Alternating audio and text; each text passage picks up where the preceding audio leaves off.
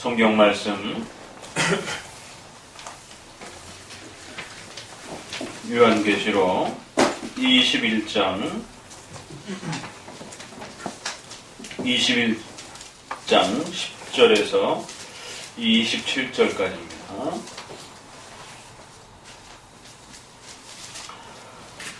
교도하도록 합니다. 성령으로 9절부터 읽습니다. 7 대접을 가지고 마지막 7 재앙을 담은 7 천사 중 하나가 나와서 내게 말하여 가로되 이리 오라. 내가 신부 곧 어린 양의 아내를 내게 보이리라 하고 성령으로 나를 데리고 크고 높은 산으로 올라가 하나님께로부터 하늘에서 내려오는 거룩한 성 예루살렘을 보이니 하나님의 영광이 있음에 그 성의 빛이 지극히 귀한 보석 같고 벽옥과 수정같이 맑더라. 크고 높은 성곽이 있고 12문이 있는데 문이 12천사가 있고 그 문들 위에 이름을 썼으니 이스라엘 자손 12지파의 이름들이라. 동편의 세 문, 북편의 세 문, 남편의 세 문, 서편의 세 문이니 그 성의 성곽은 12기초석이 있고 그 위에 어린 양의 12사도의 12이름이 있더라. 여기 말하는 자가 그 성과 그 문들과 성곽을 청량하려고 금갈대를 가졌더라. 그 성문과 반듯하여 장봉이 같은지라. 그 갈대로 그 성을 청량하니 12,000 스타디온이요 장과 광의 고가 같더라. 그 성곽을 청량함에 144 규빗이니 사람의 청량 곧 천사의 청량이라. 그 성곽은 벽으로 쌓였고 그 성은 정금인데 맑은 유리 같더라. 그 성의 성곽의 기초석은 각색 보석으로 꾸몄는데 첫째 기초석은 벽옥이요 둘째는 남보석이요 셋째는 옥수요 넷째는 녹보석이요 첫째는 흑마로요 여섯째는 홍보석이요 일곱째는 화옥이요 여덟째는 노국이요 아홉째는 다마옥이요 열째는 비치옥이요 11째는 천옥이요 12째는 자정이라.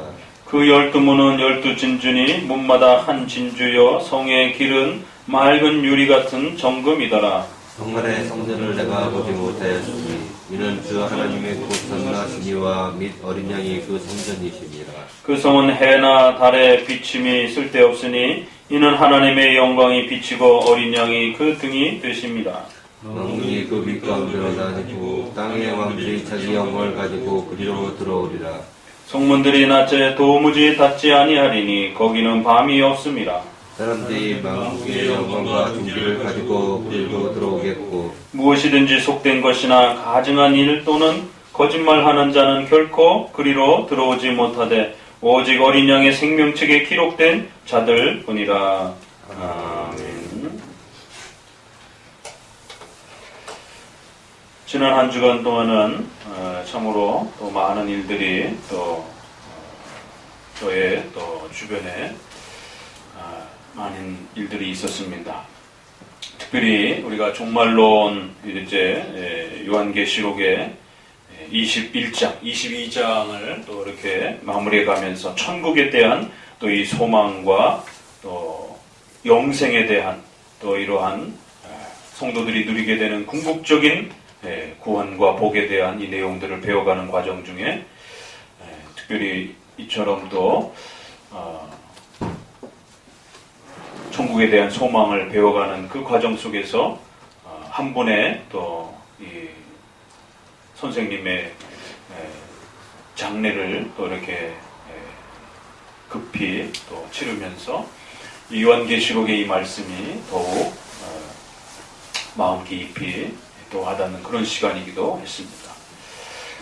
지난 20년을 넘게 선생님으로 또 이렇게 모시고 또 조직신학을 배워왔던 그런 큰 저희 교단의 스승님이셨던 조성만 목사님께서 지난 5일에 소천을 하시고 7일에 또 이렇게 장례를 마무리하게 되었습니다.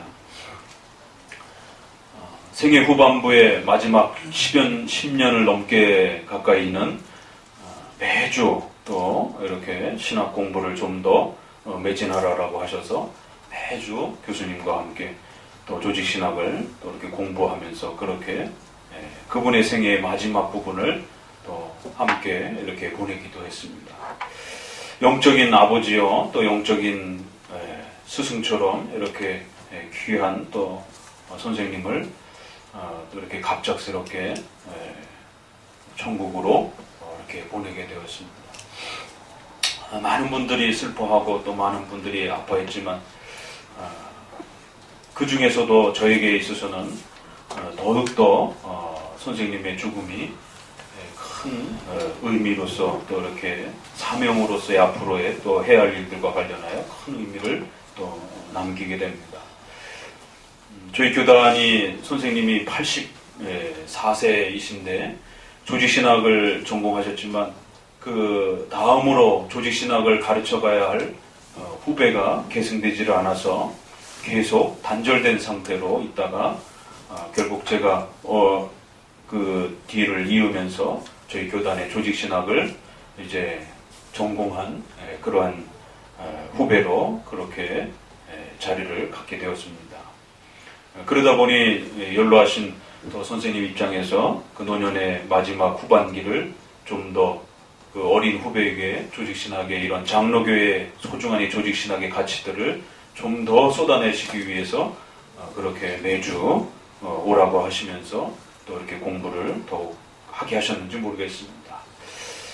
아무튼 저희 교단에 있어서 개별인적으로 이렇게 조직신학을 개별적으로 또 이렇게 배우고 또 계승하면서 앞으로 이 조직신학을 교단에 가르쳐야 될 또 유일한 또 그러한 신학 교수로서의 또 이 자리와 사명감이 교수님의 죽음을 통해서 또 깊이 또 이렇게 와닿게 됩니다. 참으로 놀라운 것은 저는 잘 몰랐는데 어떻게 선생님의 자료를 정리하다가 선생님의 생신을 이렇게 보니까 6월 1일 저하고 생일 날짜가 똑같더라고요.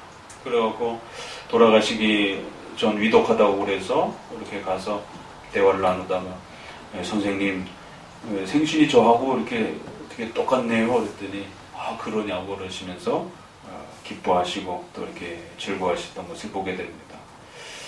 이 세상 사람들은 뭐 그런 것을 평행이론이라고 그러나요? 생일도 그렇게 똑같고 또 조직신학을 교단 앞에 또 가르쳐가고 또 세워가야 할 또 조직신학자로서의 전공에 대한 또 이러한 사명도 또 같이 또 짊어진 것을 보게 됩니다. 그런데 또 그 장례를 치르기 위해서 준비하며 병원에 가던 중에 또 제가 급히 사고를 또 당해가지고 교통사고를 당해가지고 선생님하고 함께 또 천국에 갈 뻔했습니다. 참 하루하루를 우리가 살아간다는 것이 인간의 그런 계획과 뜻을 따라서 살아가는 게 아님을 그 절실히 또 이렇게 깨닫고 배우게 됩니다.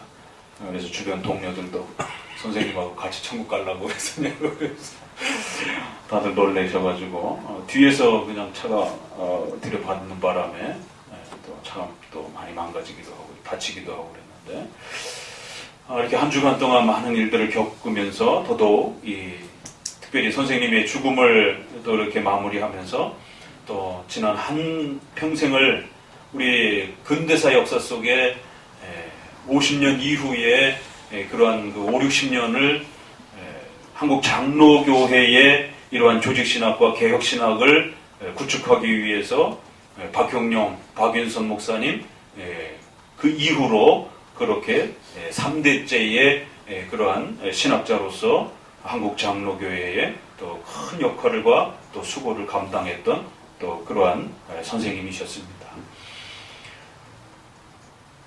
이분이 아니셨다라면 한국 장로교회가 박형룡 목사님의 이 소중한 이 장로교회, 미국의 프린스턴과 웨스트민스터 신학교를 통해서 이어져 내려오는 우리 정통 장로교 신앙에 대한 이러한 가치들이 총신대학교를 통해서도 제대로 계승이 되지 못했기 때문에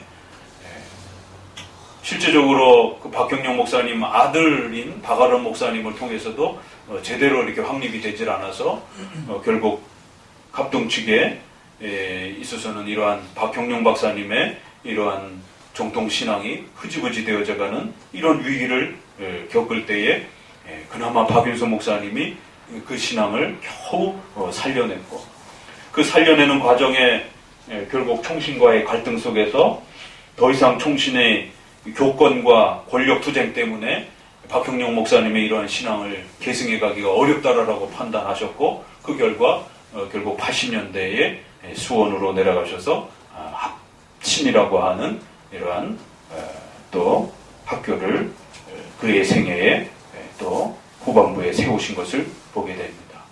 그런데 놀라운 것은 그 합신조차도 결국 그 박윤선 목사님의 신앙을, 정통 장로교의 이러한 신앙을 후학들이 제대로 이해도 못했고 또 제대로 계승을 하지 못하는 그 신앙을 그대로 이어받는 그러한 신학자와 그러한 목회자들을 배출해내지 못하고 오히려 중도적인 또 자유주의적인 이러한 신학들이 섞이면서 또 제자들이 독일이라든가 이런 유럽의 자유주의화된 그런 학교에 가서 공부를 하면서 선생님 신앙 반, 또 독일의 유럽의 자유주의 신앙 반 이렇게 섞인 상태로 제자들이 합신으로 돌아오면서 결국 그 순수한 박윤선 목사님의 정통 장로교 신앙이 제대로 계승되지 못하는 또 이런 안타까움들을 보게 됩니다. 결국 합신에서는 박윤선 목사님의 그러한 기념 사업들은 계승되고는 있지만 정말 박윤선 목사님이 지켜갔던 웨스민스터 신앙 고백 중심으로 설교해야 되고 우리 성도들은 신앙생활을 해야 하고 성경을 읽어야 된다라고 하는 이 신조 중심적으로 웨스민스터 신앙 고백 중심으로 성경을 세워가는 이런 정통 장로교 신앙이 흐지부지 되었고, 지금의 합신의 헌법에는 웨스민스터 소유리문답과 하이델베르그 요리문답을 기준으로 한다라고 하면서 그 표현이 바뀌어버리는 이러한 일들이 벌어졌습니다. 그럴 때에 이제 그 박윤선 목사님의 제자이긴 최순직 교수님을 통해서 바로 조성만 교수님이 그렇게 또 이 신앙을 계승한 것입니다. 그러나 최순직 교수님은 여러 가지 정치적인 그러한 어려움 때문에 결국 미국으로 도미를 하시고 또 생애 후반부에 잠깐 한국에 들어오셔가지고 사역을 하셨기 때문에 크게 한국 장로교회에 이런 영향력을 끼치지 못하시는, 실제적으로 한국 장로교회의 후학들을 길러내면서 박윤선 목사님과 박형룡 목사님의 이런 정통 장로교 신앙을 끊임없이 소개하고 그러한 신앙들을 가르치면서 웨스민스터 중심으로 목회자를 길러내야 되고 성도들이 그렇게 성경을 공부하도록 이러한 메시지를 가르치신 유일한 또 3대 신학자이신 것입니다. 그래서 저희가 묘비에 뭐라고 적어야 될까? 이게 선생님이 아무런 유언을 남겨놓지 않으셔가지고 봄까지만 해도 강의하시고 뭐 이러시다 보니까 그냥 계속 더 정정하셔서 아무렇지도 않게 생각을 했는데 이제 여름이 돼가면서 노안으로 갑자기 그렇게 급격하게 노쇠를 하셔서 뭐 이렇게 유지를 남길 정도의 어떤 시간적 그런 여유도 없이 돌아가셔 버리셨습니다. 그러다 보니까 묘비에다가 뭐라고 적어야 될까 고민을 지금 제자들이 하고 있는데 대략 합의된 것은 성경, 신조, 신학으로 이어지는 개혁파 신학을 지켜가신 분이다 라고 이렇게 적어드리더라고요. 그분의 늘 생애에 항상 하셨던 말씀이 신앙은 자기 멋대로 하는 것이 아니고 성경 해석도 설교도 자기 멋대로 해서는 절대 안 되고 반드시 우리 공교회가 지켜온 객관적 신앙 고백인 바로 웨스민스터 신앙 고백에 기초해서 신학을 구축해야 되고 또 그렇게 성경을 읽어야 된다라고 부르짖으셨던 그것이 정통 장로교 신앙이다라고 이렇게 외쳤던 그분의 외침을 우리가 그대로 묘비에다가 남기는 게 어떻겠느냐라고 이렇게 이제 제자들이 의논 중에 있습니다. 이렇게 정통 신앙에 대한 이러한 개념이 오늘 우리 시대에 너무 많이 흐려져서 어떤 것이 장로교 교회인지, 어떤 것이 정통 신앙인지, 어떤 것이 종교 개혁의 그러한 신앙적 유산인지 목회자들도 성도들도 모르는 것입니다. 그저 자기 마음대로 자기 주관적 그러한 신앙 체험과 경험을 따라서 그렇게 신앙생활을 해나가는 것입니다. 그런데 이 노 선생님께서 그렇게 마지막 그 생애 후반부를 온 힘을 쏟으면서 저에게 남기셨던 그 유언조차도 그 위독하시다라 해서 이렇게 찾아뵈었는데, 두 분이서 이제 저하고 한 분 목사님이 병문안차 이렇게 한 3주 전, 4주 전에 이렇게 3주 전에 이렇게 찾아뵀는데, 그때가 이제 마지막 유언을 저는 듣게 되었습니다. 신 목사, 절대로 조직신학에 다른 거 섞지 마. 그걸 당부를 하시더라고요. 조직신학을 가르칠 때는 우리 선배들이 가르쳐왔던 그 조직신학 그대로 가르쳐. 제발 이상한 거 거기다 섞어가지고 그렇게 흐릿하게 만들지 말라라. 말씀도 제대로 잘 못하시면서 조직신학자를, 후학인 조직신학자를 향해서 그렇게 온 힘을 다해서 마지막 유언을, 유지를 그렇게 남겨두시는 메시지를 들었습니다. 도대체 그 메시지가 무엇일까? 우리 선배들이 가르쳐왔던 그 조직신학에 다른 거 섞지 말라는 거예요.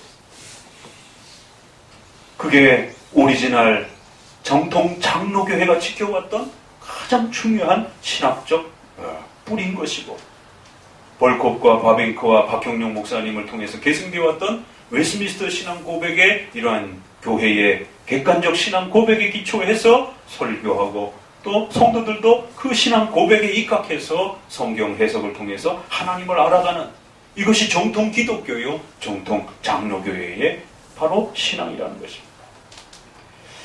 그래서 선생님을 이렇게 떠나보내면서 천국과 이 영생이 과연 우리에게 무엇일까? 이 사모님께 여쭤보니까 뭐 아침나절에도 이렇게 말씀하시고 이렇게 대화하시고 그러시다가 4시쯤에 이렇게 내 영혼이 점점 힘이 없어져 간다 그러시면서 사모님을 마지막으로 이렇게 안아드리고는 그냥 잠이 온다고 그러면서 주무시다가, 주무시는 줄 알았는데 2시간 뒤에 숨이 그렇게 가빠오시면서 숨을 멎으셨다라고 그러시더라고요. 참 편안하게 그냥 이렇게 돌아가셨습니다. 장례와 또 임종을 이렇게 많이 지켜보다 보면 사람이 죽음이라고 하는 이 어두운 그림자가 인간을 덮칠 때에 고린도서에 있는 말씀처럼 사망아 너의 쏘는 것이 무엇이냐?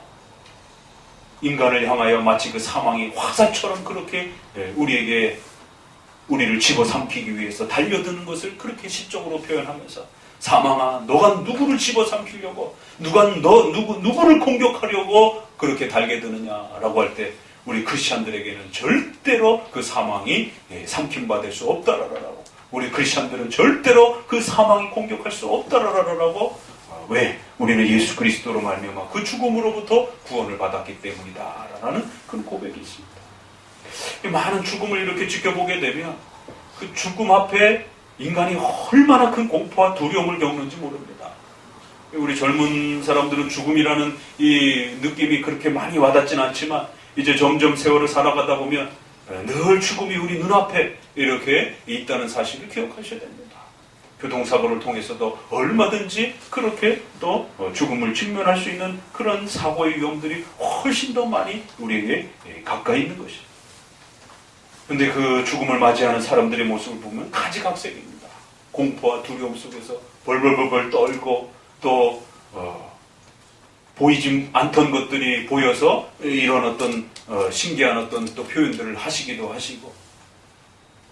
그런데 대체적으로 크리스찬들은 좀 더 이렇게 평온한 중에 죽음을 또 이렇게 맞이하기도 하고, 그러나 크리스찬임에도 불구하고 암이라든가 이런 좀 더 특별한 그 몸에 고통을 주는 그러한 병들을 이렇게 앓으면서 이렇게 돌아가실 때는 죽음에 대한 공포보다도 그 육신의 그 아픔의 질병의 고통 때문에 몹시 괴로워하는, 그 숨이 끊어진다라고 하는 게 그렇게 괴로운 것입니다.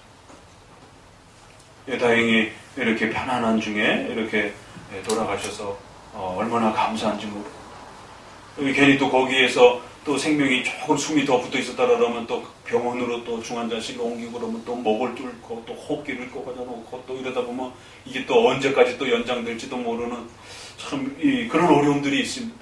그래서 이 죽음이라는 문제에 있어서 정말 편안하게 잘 돌아가시는 것도 우리가 생애의 큰 복이다라고 말씀을 드릴 정도로 그렇게 또 죽음의 이러한 모습들을 보게 됩니다. 우리가 이제 종말을 21장을 보면서 역시 천국과 영생, 요한복음 이제 그 11장 25절에도 보게 되면 나는 부활이요 생명이니 나를 믿는 자는 죽어도 살겠고 또 더 나아가 살아서 믿는 자는 영원히 죽지 않을 것이다 라고 합니다. 예수 그리스도께서 우리 인간이 짊어져야 되는 모든 죽음의 문제를 하나님으로부터 영원히 벌받아야 되는 이런 또 지옥의 형벌을 인간은 두 가지를 짊어지고 있습니다. 죽음에 대한 문제, 개인의 죽음에 대한 문제, 또 두 번째는 죽고 난 것이 끝이 아니라 영원히 지옥에서 벌을 받아야 된다라고 하는 이 무시무시한 형벌과 고통이 남아있다라는 것입니다. 이 두 가지가 예수 그리스도의 십자가의 은혜를 통해서 우리의 모든 죄가 사해지고 우리는 하나님의 자녀가 되므로 이제 더 이상 사망이 우리를 집어삼키지 못하고 오히려 크리스찬들은 죽음을 겪는다 할지라도 그 죽음은 천국을 향하여 나아가는 그러한 죽음이다 이렇게 말합니다. 그래서 이번에도 천국 입성 이렇게 예배 이렇게 해가지고 플랜카드를 또 이렇게 적기도 했습니다. 크리스찬들은 단순한 이생의 이별이 아니고 또 알 수 없는 그런 어둠의 세계로 들어가는 것도 아니고 크리스찬들은 이제 고통스러운 죽음을 맞이할지라도 아직 육신의 이 연약함이 있기 때문에 인간은 고통스러운 죽음을 겪을 수밖에 없는 것입니다. 그래서 어떤 분들은 또 지나친 분들은 크리스찬들을 죽음의 모습 속에서 평온하고 고통스럽지 않게 죽는 것을 보게 되면 그 사람이 구원받았다. 그러나 그 죽음의 모습 속에서 막 고통스러워하고 이러면 그 사람 지옥 갔다. 이렇게 또 평가하시는 분들도 있어요. 그건 잘못된 것이죠. 구원론은 항상 칭의론에서 시작된다는 사실을 명심하셔야 돼요. 예수 그리스도를 믿고 의롭게 되었으면 그 성도의 죽음이 어떤 형태로 죽어지든지 결코 그의 구원은 흔들림이 없는 겁니다. 육신의 질병과 아픔 때문에 육신이 괴로워서 아파서 괴로워서 얼굴이 찡그러지고 고통스럽게 그 죽어가시는 그 장면은 어쩔 수 없는 거죠. 노안으로 돌아가시는 분들은 조금 더 이렇게 편안하게 돌아가시기도 하시고 이런 것들이 신앙의 교리가 중요한 교리들이 제대로 구축되지 않다 보니까 유가족들에게도 엄청난 실망을 남겨드리기도 하고 그 고통스러운 모습의 죽음을 지켜보면서 혹시라도 지옥 가지 않았는가 이런 두려움을 또 성도들이 연약한 성도들이 그렇게 갖기도 합니다. 그렇기 때문에 이런 종말과 또 이러한 죽음과 또 천국의 이러한 종말의 가르침과 관련해서는 성경적인 종말의 가르침들이 우리의 생애를 이렇게 붙들어주고 또 위로해 주는 것입니다. 또 남은 사람과 그 슬픔을 겪는 유가족들도 또 그렇게 위로해 주는 것입니다. 지금 당장은 헤어져서 슬프고 아플지라도 장차 이제 우리가 천국에서 모두가 다 함께 만날 것이라고 하는 그 기대와 소망이 있기 때문에 유가족들도 그 슬픔을 견뎌내는 것입니다.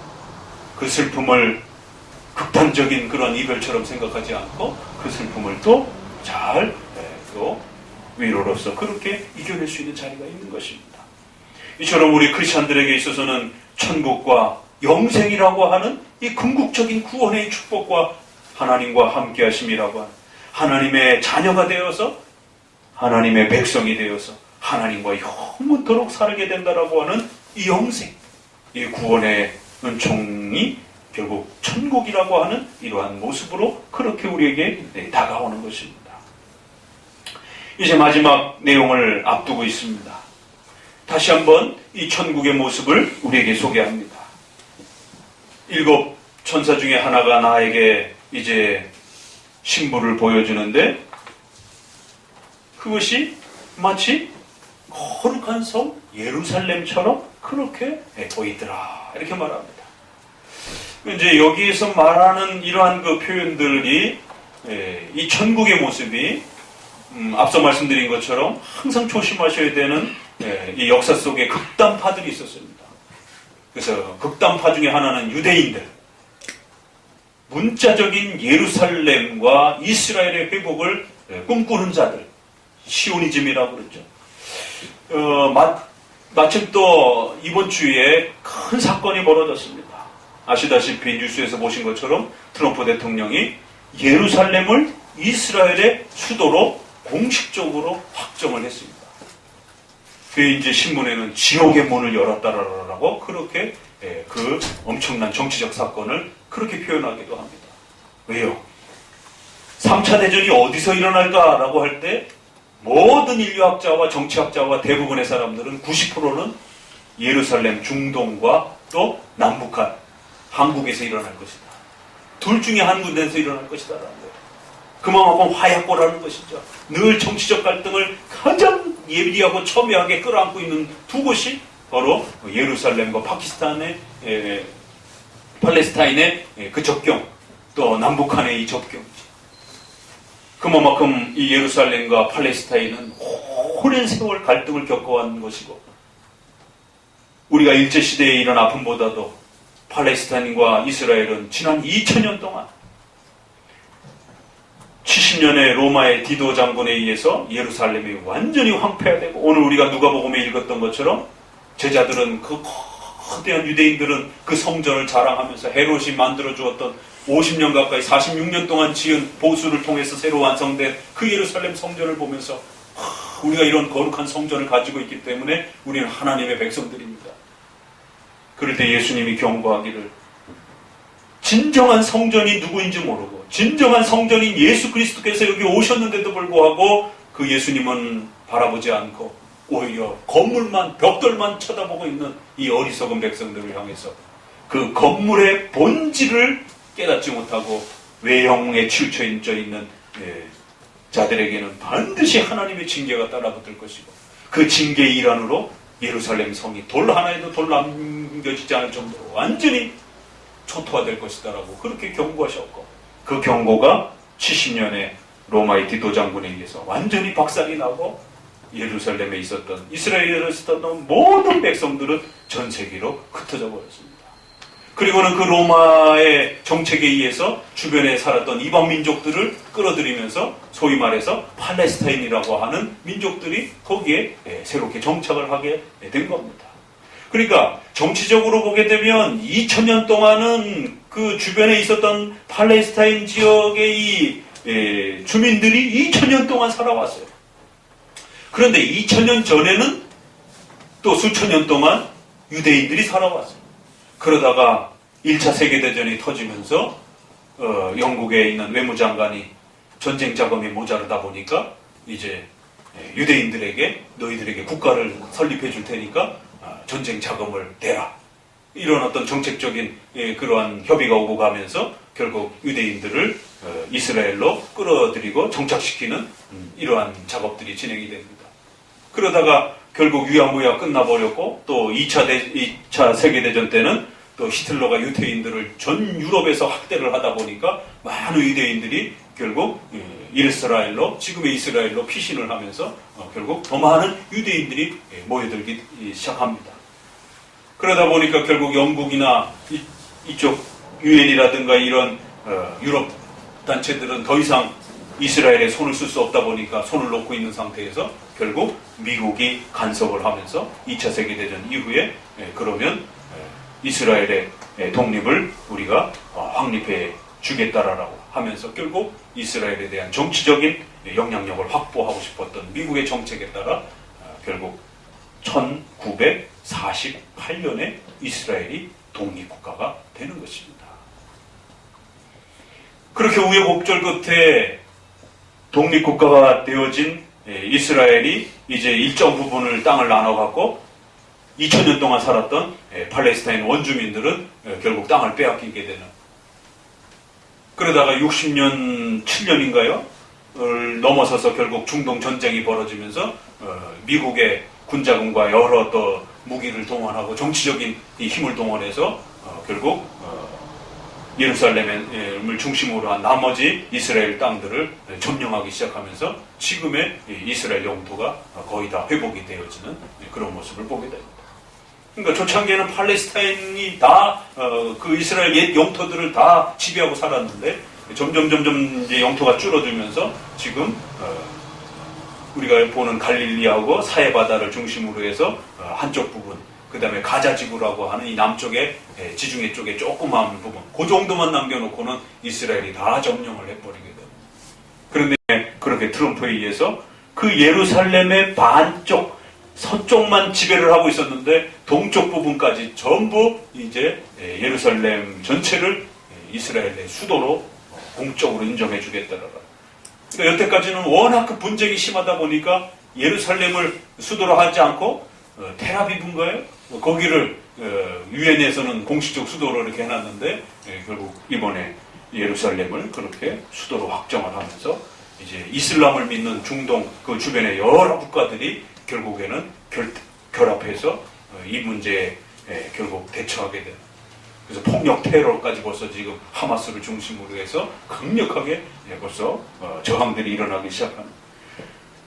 결국 팔레스타인은 이슬람이라고 하는 이 종교를 가지고 지난 2000년 동안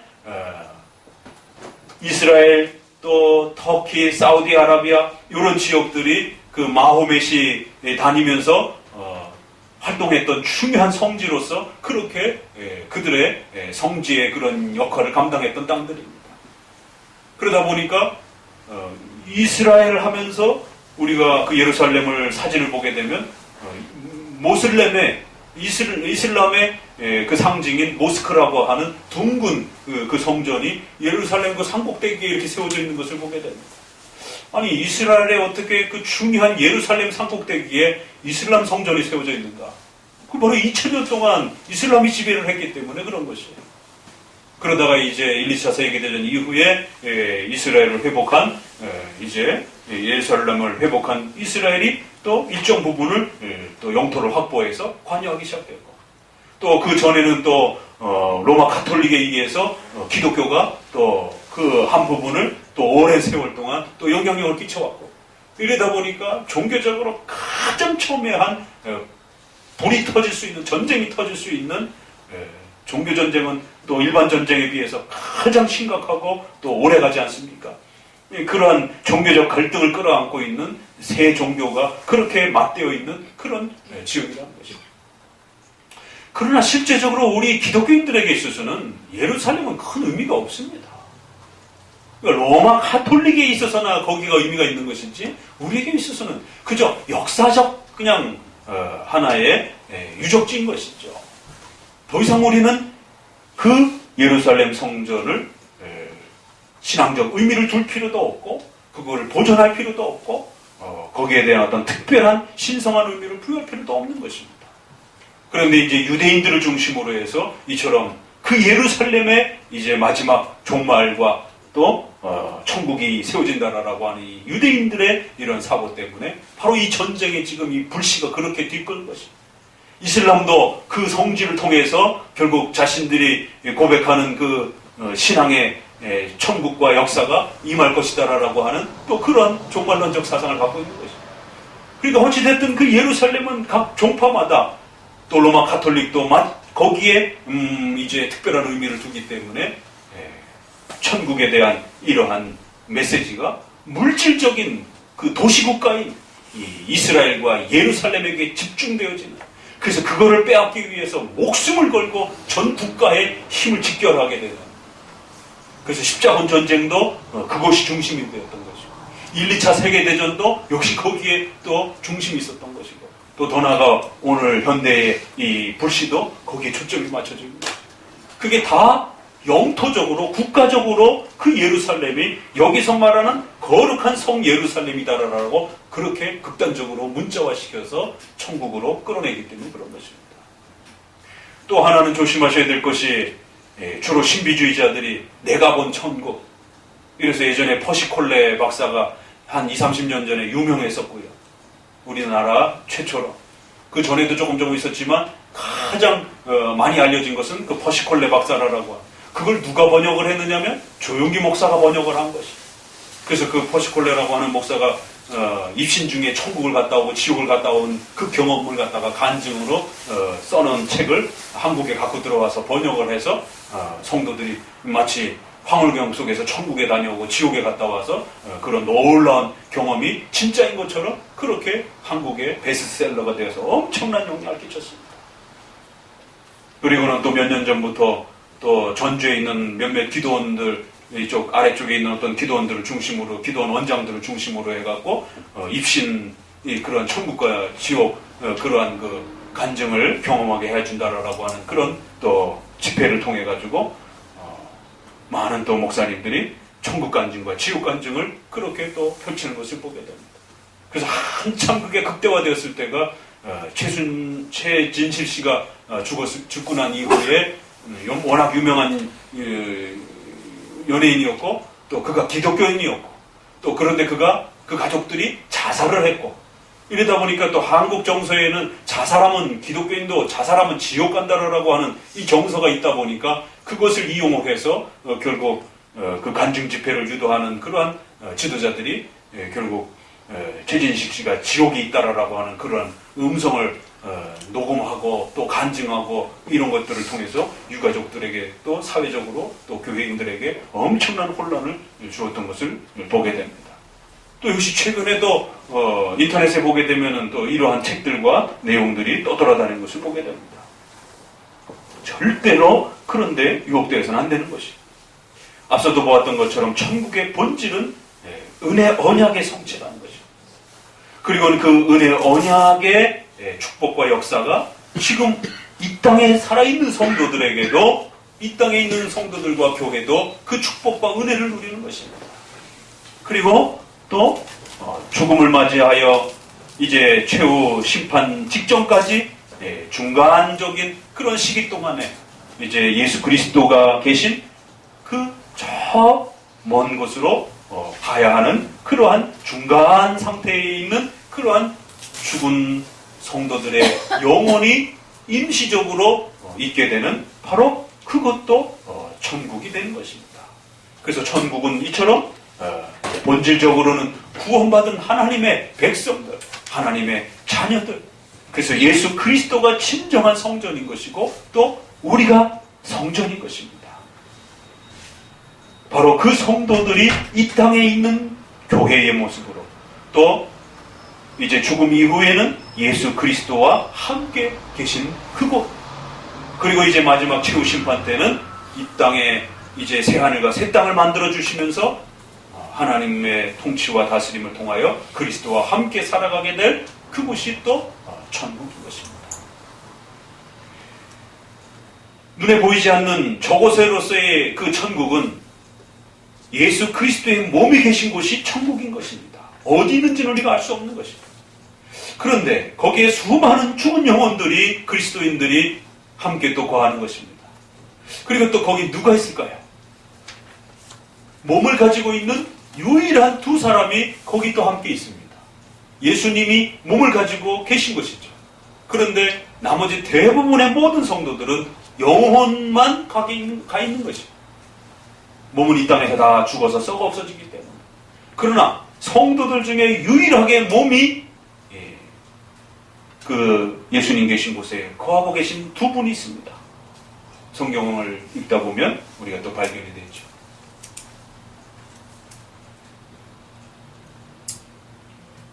살아서 승천한 엘리야, 몸을 가지고 그렇게 승천했다라고 소개가 됩니다. 또 한 사람은 누구죠? 에녹. 모세는 이제 뚜렷하게 말하지 않기 때문에 그 시체가 어디 있는지 모르겠다라고 그냥 성경이 말하다 보니까 우리 모세는 빼두면 두 사람, 에녹과 엘리야. 그들의 몸은 산채로 그렇게 하늘로 올라갔다라고 성경에 아주 명시되어 있단 말이에요. 그분들이 계신 곳, 거기가 천국인 것입니다. 장소적으로. 그리고 장소적으로는 우리가 지금 성도들이 있는 여기가 또 천국인 것입니다. 그래서 오늘 이제 본문에 보게 되니까 21절 그 이후에 그 거룩한 성 예루살렘을 아주 멋스럽게 이렇게 하나의 위대한 그런 성의 모습으로 이렇게 표현을 하면서 22절을 같이 읽어봅니다. 성 안에 성전을 내가 보지 못하였으니 이는 주 하나님 곧 전능하신 이와 및 어린 양이 그 성전이심이라. 그 성은 해나 달의 비침이 쓸데없으니 이는 하나님의 영광이 비치고 이 어린 양이 그 등이 되심이라.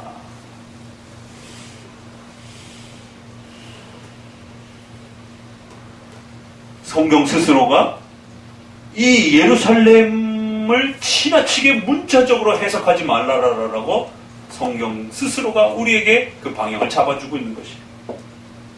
이 성경을 처음 읽었던 성도들은 1세기의 유대인들이었기 때문에 예루살렘의 비유를 해서 그들이 지켜왔던 구약의 천국을 묘사하고 상징적으로 가르쳐 주었던 모세의 성막, 또 솔로몬의 성전, 그걸 계승한 바로 예루살렘의 그러한 성전 모습으로 그렇게 소개를 하는 것입니다. 그런데 거룩한 성 예루살렘을 천국의 모습으로 이렇게 소개를 했지만 정작 그 예루살렘 성은 이렇게 소개를 하면서 그 성의 중심이 되어야 될 성전이 없는 것이에요. 그러면 성전이 없으면 예루살렘 성도 의미가 없는 거예요, 사실은.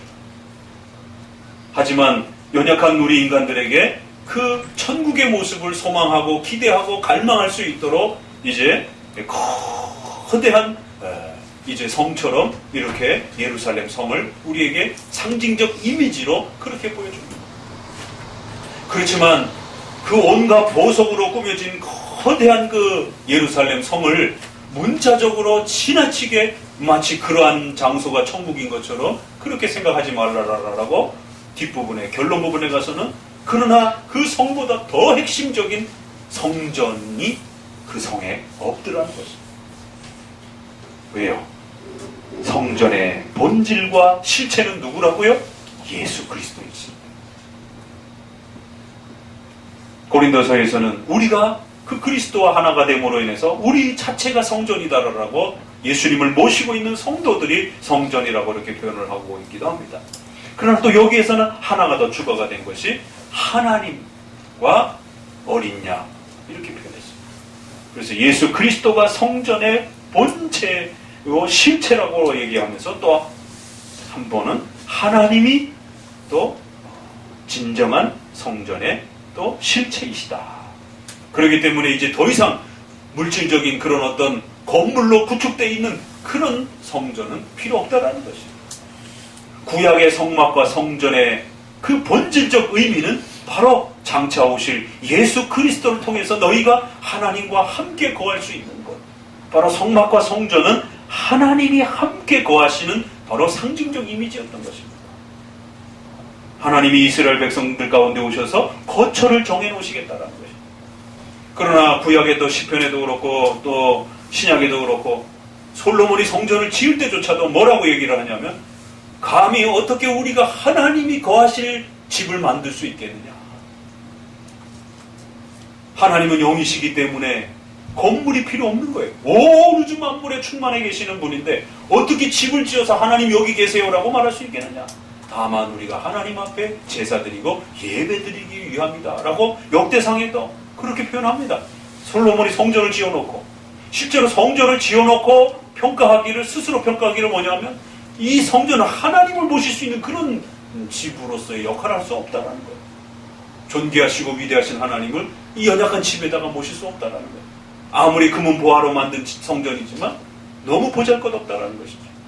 다만 이 성전은 하나님이 우리와 함께 계시겠다라고 하는 그 약속을 우리가 이 제사와 예배를 통해서 끊임없이 우리가 배워가는 그러한 신앙을 가르쳐주는 그러한 도구 역할을 한다는 것을 절대 잊지 말고 이 외적인 건물의 마음을 빼앗기지 말라라고 솔로몬의 그 성전 봉헌식에서도 그렇게 말하고 있는 것입니다.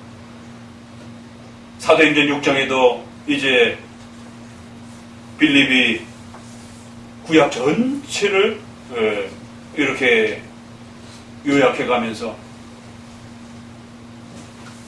하나님은 인간이 손으로 지은 그런 성전에 계시는 것이 아니다라고.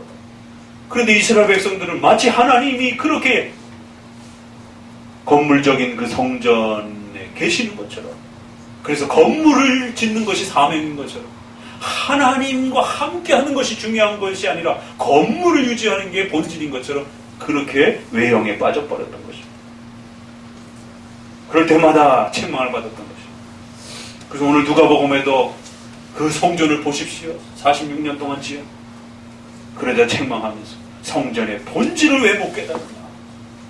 천국의 본질은 건물이 아니라는 것입니다.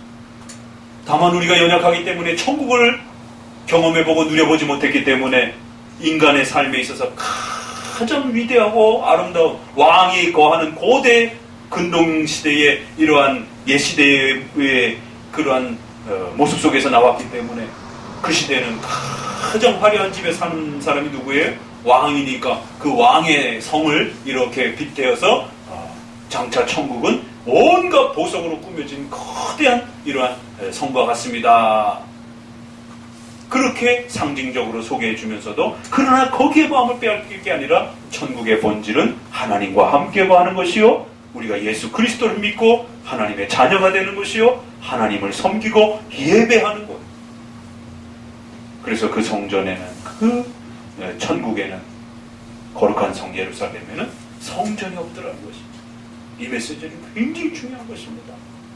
이 메시지 하나가 제대로 이해되지 못해서 오늘 우리 시대에 세상에 5천억 가까이를 들여가면서 성전을 짓는다라고 온 성도들이 평생의 목표가, 목회자의 목표가 성전을, 건물을 짓는 이 참담한 이 어리석음 앞에 한국 교회가 놓여져 있는 것입니다.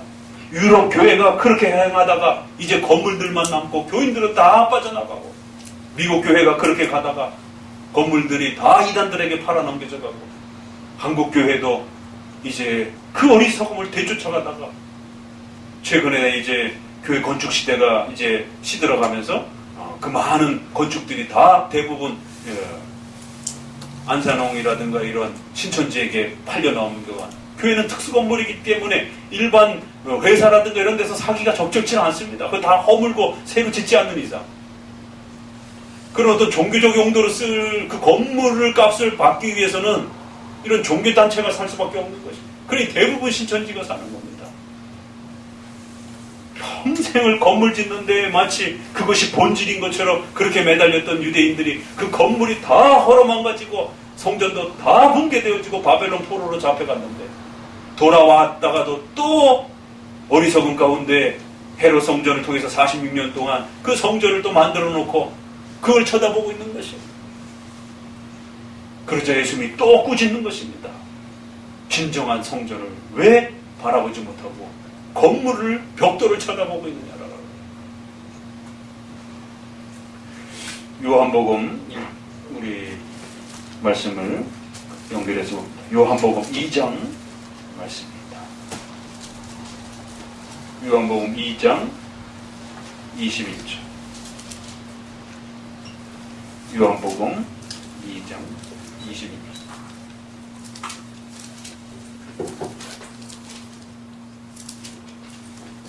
19절부터 21절까지 한 목소리를 읽어봅니다. 예수께서 대답하여 가라사대 너희가 이 성전을 헐라 내가 사흘 동안에 일으키리라.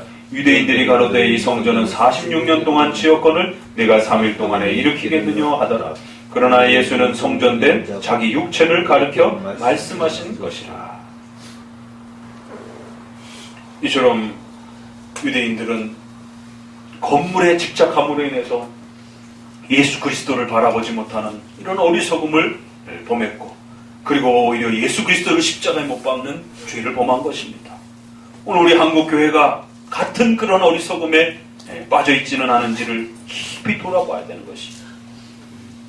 그 어마어마한 상상할 수 없는 그러한 돈을 들여서 건물을 짓고 오히려 가난하고 어려운 이웃들을 돌아보지 않는 이러한 심각한 외형주의에 대한 이러한 모습이, 그래서 이 땅에서의 그런 건물을 건축해놓고 또 부귀 영화를 누리는 것이 마치 천국의 본질인 것처럼, 또 때로는 그렇게 신비 체험을 통해서 천국과 지옥을 경험하고 간증하는 것이 천국의 본질인 것처럼, 또 때로는 예루살렘을 회복하기 위해서 전쟁을 불사하고더라도 3차 대전을 불사하고서라도 예루살렘을 지키는 것이 마치 천국을 지켜내는 것처럼 이러한 어리석음들이 역사 속에 끊임없이 반복이 되는 것입니다. 이제 말씀을 맺습니다. 존경하는 선생님을 이렇게 먼저 또 천국에 보내고 또 장례를 또 이렇게 치르면서 이 천국의 본질이 무엇인지, 우리 영생의 본질이 무엇인지, 그건 바로 21장에 앞서 약속했던 것처럼 하나님이 우리와 함께 하신 것, 예수 그리스도께서 우리의 죄를 사해 주시고 예수 그리스도를 믿음으로 하나님의 자녀가 되고 그리스도의 몸이 되어 하나님을 예배하고 섬기기 위해서 함께 하고 있는 바로 저와 여러분들, 교회의 성도들이 바로 천국인 것이고, 이 땅에서는 교회가 천국인 것이고, 또 잠시적으로는 이제 죽음 이후에 예수 그리스도의 몸과 그 성도들의 영혼이 계신 곳이 또 천국인 것이고, 장차 최후 심판 때는 새하늘과 새 땅을 우리에게 허락해 주셔서 이제 그 모든 성도들이 몸과 영혼이 부활이 되어 다 함께 영원토록 하나님을 예배하며 그 하나님을 즐거워하며 살아가게 됩니다. 그곳이 천국이라는 것이. 건물의 성전에 집착하면 안 된다는 것입니다. 비록 요한계시록 마지막 성경의 표현이 이처럼 거대한 성으로 아름다운 보석으로 꾸며진 그러한 성의 모습으로 천국을 우리에게 묘사해 주면서 천국이 얼마나 값지고 소중하고 위대하고 귀한 것인지를 또 그렇게 상징적으로 묘사해 줄지라도 천국의 구원의 위대함과 하나님과 함께 살아가는 그 영광스러움과 복됨이 온 세상의 보석을 다 동원해도 모자랄 정도로 그렇게 값지다라는 것을 보석을 통해서 이렇게 비유한 것뿐이지 문자적인 그러한 성을 생각하시면 안 된다는 것을 명심하셔야 됩니다. 다음 주에는 좀 더 한 번 더 이 예루살렘의 성의 모습들을 한 구절 한 구절 보면서 도대체 여기서 지금 소개되어지는 이런 모습들은 어떤 모습이고 또 이 성전의 모습은 구약의 성전과 어떤 차이와 또 동일성을 가지고 있는 것들을 비교해가면서 실제적으로 또 성의 모습을 한번 더 들여다보겠습니다. 오늘은 이 22절 23절에 그 거룩한 천국의 중심에 성전이 없다라고 하는 이 메시지를 명심하시고 천국의 본질은 바로 하나님과 어린 양이신 예수 그리스도께서 하나님의 영광스러움을 드러내시고 예배받으시며 그 백성들이 함께 즐거워하고 찬송하고 기뻐하는 바로 그것이 천국의 본질임을 명심하시기를 다시 한번 주의 말씀으로 권면을 드립니다. 기도합니다.